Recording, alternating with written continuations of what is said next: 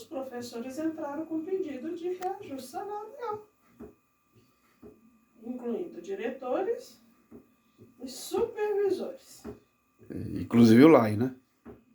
Que tá te supervisionando aí. Aí o que aconteceu?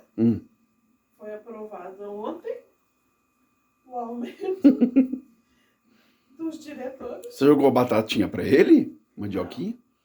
Não, a pelinha da calabresa? Da linguiça. Mas ele engasga com a pelinha da calabresa, Ela tá né? muito engasgado mesmo, a cara dele tá engasgado. Olha como é que tá engasgado.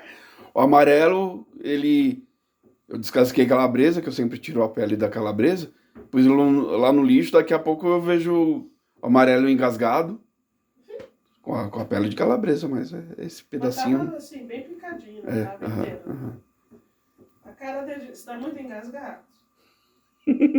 Tá, ele não tá falando nada.